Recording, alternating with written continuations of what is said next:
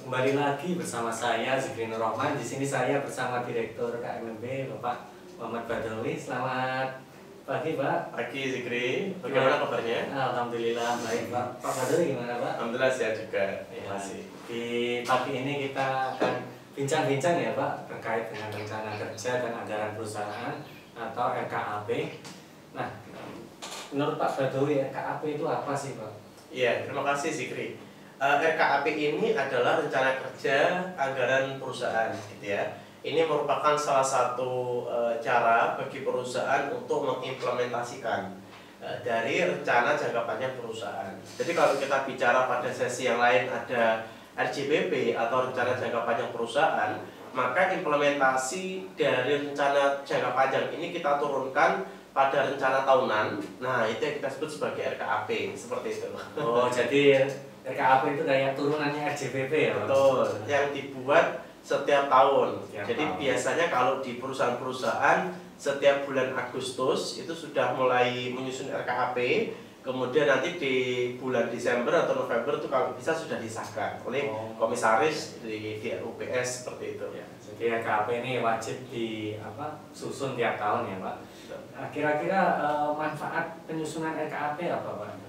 Kalau kita bicara manfaat, sebetulnya yang pertama kita mampu melakukan controlling ya dari strategi yang kita susun, kemudian implementasi dari budgeting, dari strategi, kemudian kita evaluasi tiap tahun apakah indikator-indikator yang sudah kita susun di dalam rencana jangka panjang sudah terimplementasi dengan baik apa tidak. Bahkan ketika kita evaluasi, yang namanya RKAP itu kan ada evaluasi juga.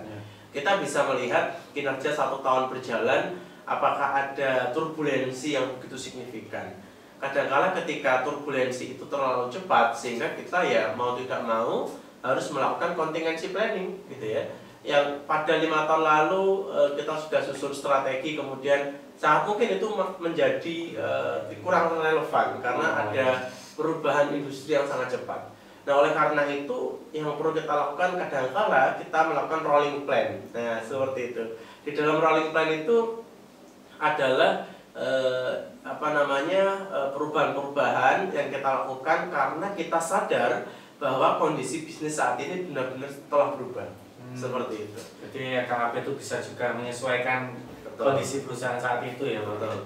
Dan itu menjadi salah satu bagian dari compliance sebetulnya. Kalau kita mengacu di peraturan Menteri BUMN, kalau kita bicara perusahaan-perusahaan BUMN ya, di peraturan Menteri BUMN nomor 1 MBU nomor 3 tahun 2023 ini terkait dengan beberapa peraturan regulasi, kemudian terkait dengan GCG ya, Good Corporate Governance, itu memang setiap tahun wajib bikin.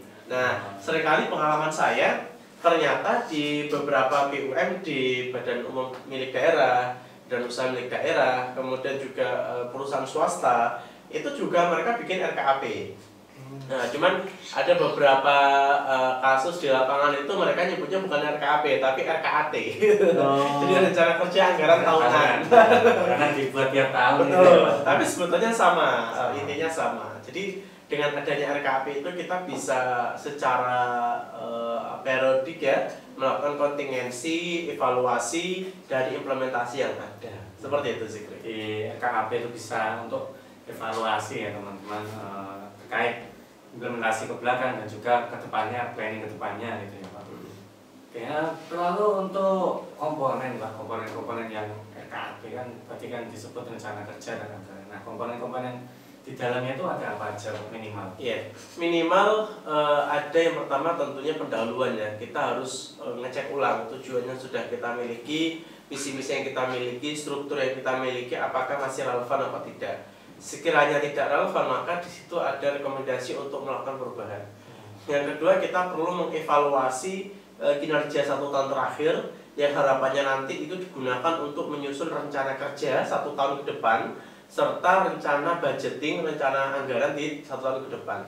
Sebalik itu kita juga harus evaluasi ulang terkait dengan strategi-strategi yang akan kita gunakan. Misalnya di 1 tahun ke depan ada satu hal yang prioritas adalah tentang controlling dan budgeting. Maka ya standar satuan harga atau mungkin standar biaya maksimal itu harus kita ratifikasi ulang.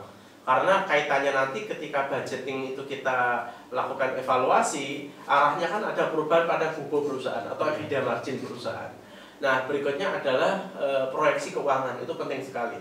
Ketika kita dapatkan, let's say, return on investment kita di tahun lalu 25%, nah apakah bisa naik, let's say, 27% atau 30% secara signifikan, misalnya demikian.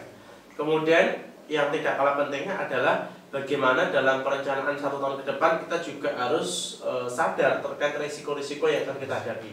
Maka manajemen risiko itu juga harus kita susun di dalam RKAP itu. Saya rasa begitu. Tapi yang terpenting lagi ini, saya salah. Ada satu hal yang penting lagi adalah kita perlu memasukkan arahan-arahan dalam RUPS. Pemegang saham ya. Betul, pemegang saham. Kadang-kadang kan tiap tahun ada perubahan iklim bisnis yang sangat dinamis. Jadi hasil RUPS itu harus kita masukkan di RKAP sehingga sebagai agen atau sebagai direksi kan agen dari pemilik ya. Dan itu harus bisa mengimplementasi arahan-arahan strategis yang dimiliki oleh para pemegang saham. Salah satu menerjemahkannya itu RKAP-nya itu. Oke. Nah, lalu kalau kita buat RKAP, kira-kira ada nggak Pak alat strategis yang penting gitu? Menurut Pak Badowi sendiri? Iya, secara sederhana, kalau kita bicara evaluasi ya, kita bisa pakai SWOT as usual ya.